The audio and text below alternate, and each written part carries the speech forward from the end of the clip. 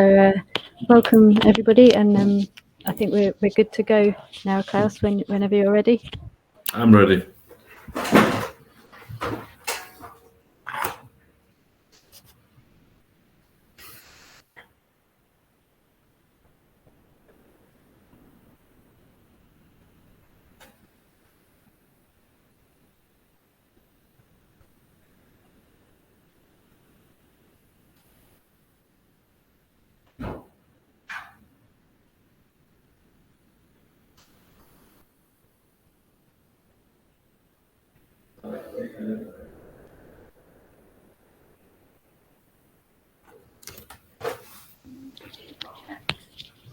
So Klaus, I wasn't sure. Do you have a presentation that you'll be sharing, or have some questions that you're wanting the attendees to ask?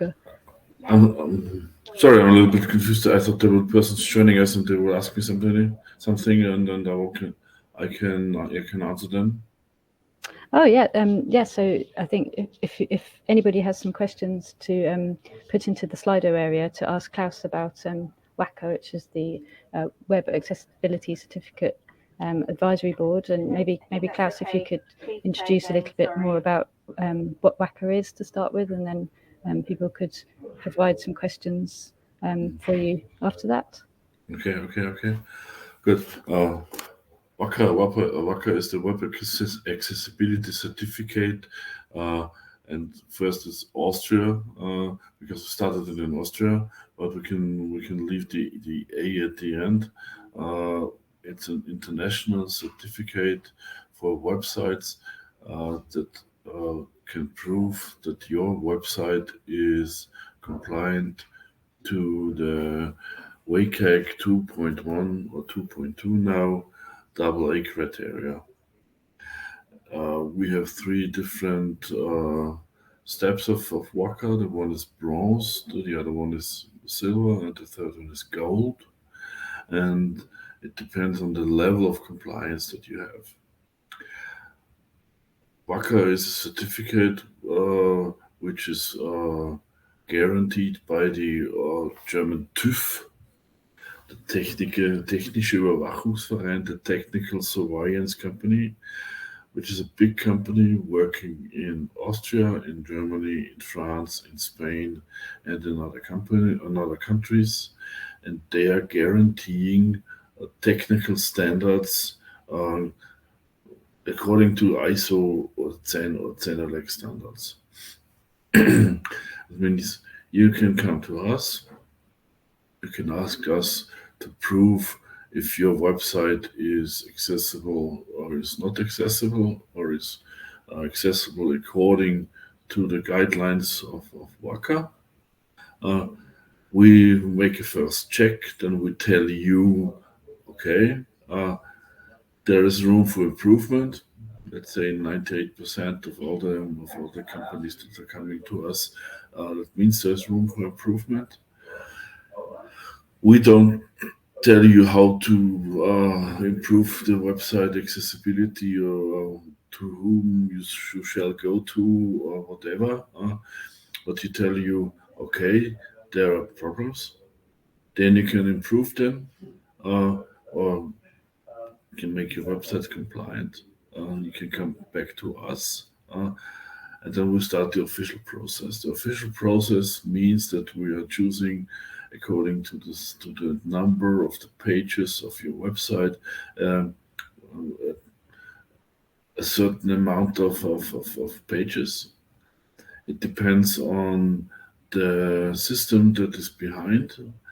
How many types of pages do you have, and how many pages in general that you have. When we have chosen the sample, then we take another 20% of the sample additionally without saying it to the client. Then we have manual. Then we have an automatic checking, and the more important thing, we have all the websites checked by real persons. It means that it must be a person with a disability, using their assistive technologies accordingly. if you have, for example, a blind person, then you have a braille system, for example. But it doesn't necessarily be a braille system. Perhaps this blind person is using speech output, speech input, or the normal keyboard. But it is a it is a blind person. Then we have visually impaired persons. We have persons sitting in a wheelchair, etc., etc. They're checking the website. After checking the website, there's a report, and after this report, all the testers have to come together and to say, okay, which level of compliance do you give the website? Do you give them a bronze status? That means, okay, it's like a beginner status. The website is compliant in a certain status, and we can see that there are efforts from the owner of the website to make the website compliant to WACA 2.1, 2.2 AA. Silver is a more advanced status, and gold means almost be perfect. I think we have only one website now which has gold status. We started with this process of WACA in 2012. Nobody was interested in it. It gained a little bit of speed after the implementation of the Web Accessibility Directive in the European Union in 2018-2019. We have now about 80 to 90 mainly big companies working together with us, which have now the status of WACA in bronze, silver, or gold. The good thing for WACA is it can be enrolled, it can outrolled, it can be used in other countries too, because we are using English as the common language. We are using the WCAG as the basis, which is also English. It's technical standard. We are not proving any translations or whatever. we are proving the technical skeleton of the website according to the rules of W3C AAI, the Web Accessibility Initiative. If there are any questions, I'm very pleased to answer. Yeah, we've got a question from Jamie and Lion. His question would be, what problem does it solve, and how did you come up with your approach? Pardon? The first one, I missed it. It was, what problem does it solve, and how did you come up with your approach? What problem does it solve? The problem that is, I'm working now since very long time in the field of web accessibility or digital accessibility since 2003.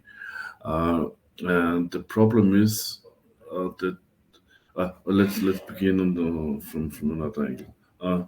If companies are coming to me or coming to our organization or coming to another organization working with web accessibility, then they want to have a kind of proof for the outside and to be able to show it to the outside that they are working in this field.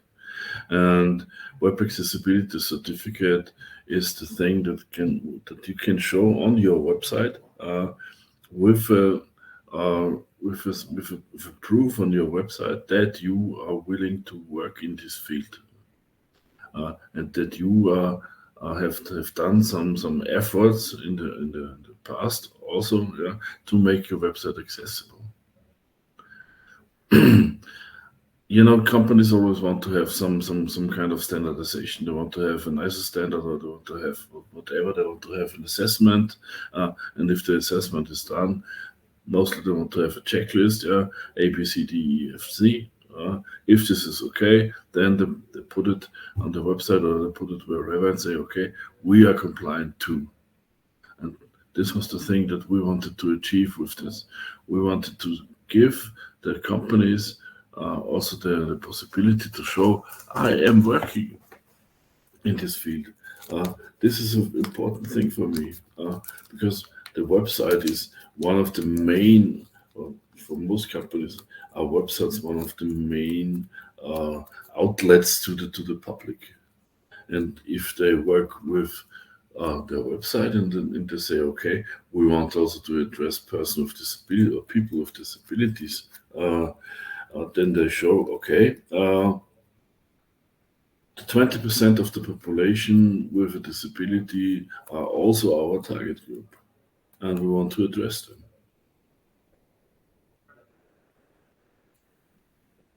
Thank you. I'm not sure if you have access to the Slido questions. There's also another question from Jamie. Sorry. That's okay. He says, what's the approach for dealing with changes over time, such as new content, new pages, and functionality? Yes. When they get the certification, that doesn't mean that all is good and then nothing will happen in the future.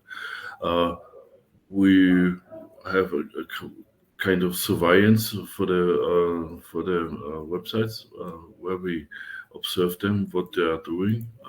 They have the obligation, if there are major changes, for example, if they have a change in the CMS or so, that they have to come to us and to tell it to us. And there's a button for complaints on each website, but the complaints are going to us and not to them. They can every customer can complain. The email is coming to us. We are proving is the complaint is it right what is in the complaint and then we go to the website owner and then we tell them, okay, you have to change it, or you can leave it like it is. But when you have the next revision of your website, then you have to change this. And after 3 years, there is a new process of reviewing the website, which is the same process than the initial process. That means we have to have a sample plus the 20%, and we have the testing of the websites, and we have to report at the end. So when you say after 3 years there's a review and it's the same, are there any additional checks that you do? No, we're doing the same checks than we did before. Or if the WACAs have changed, if there are new WACAs like we had it in the last year when it was the 2.1 to 2.2 revision, and perhaps there will be the 3.0 in the next, I don't know when, then we have to do it according to the new rules. We are always referring to the actual rules that are in force at the time when we check the website. Thank you. I think that's. Oh, hang on. Let me just check. There may be another question. Does anybody else that's on the session have a question for Klaus? If so, please type that into the Slido area. Where is the Slido area? Should be to the right of your screen. Should be some little alerts that have shown up for you.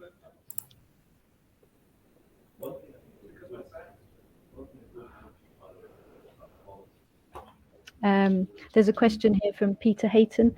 It says, if more sites want to become certified with WACA, how do you plan to maintain the 3-year review process? Is this something that is scalable? Yeah, it is scalable. As I said it before, we need the only thing we need to have trusted testers, and trusted tester can sit wherever in the world. It's not. And trusted tester have to have knowledge about WCAG.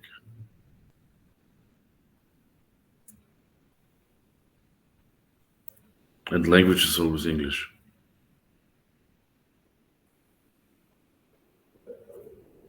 Do you include anything like language guidelines? Do you have that kind of check? No. No, not yet. Not yet. I think The problem is that we are checking technical guidelines. We are not checking easy language, for example. Yeah. Okay. There's a quick follow-up question here from Peter Hayton. Again, it says, do you charge companies for becoming certified with WACA? Yeah, you have to pay for doing it, but I don't know the exact sums. I'm sorry. I can look on WACA on the website waca.at/en for English. Then you can find all the necessary information, and you can write me an email. Or you can find me, for example, on LinkedIn. You can find me on Twitter. Write me a notice, and then I will connect you to the person who is in charge of this program in Austria. This is Mr. Werner Rosenberger, and he's sitting in Vienna, and he's a staff member. And he's responsible for the administration and all the things around WACA. So, did you hear? Fantastic. Thank you so much, Klaus. I think that's the last of the questions that we've got for this session, but do jump in if there are any further questions just for the last few minutes. No, I think that's everything. Thank you very much. Thank you very much. Yeah. Thank you, Haley and Wendy, as well. Thank you. Thank you for the interpretation. Okay, Okay. yeah. Thank you very much. Thank you. See you on the next sessions.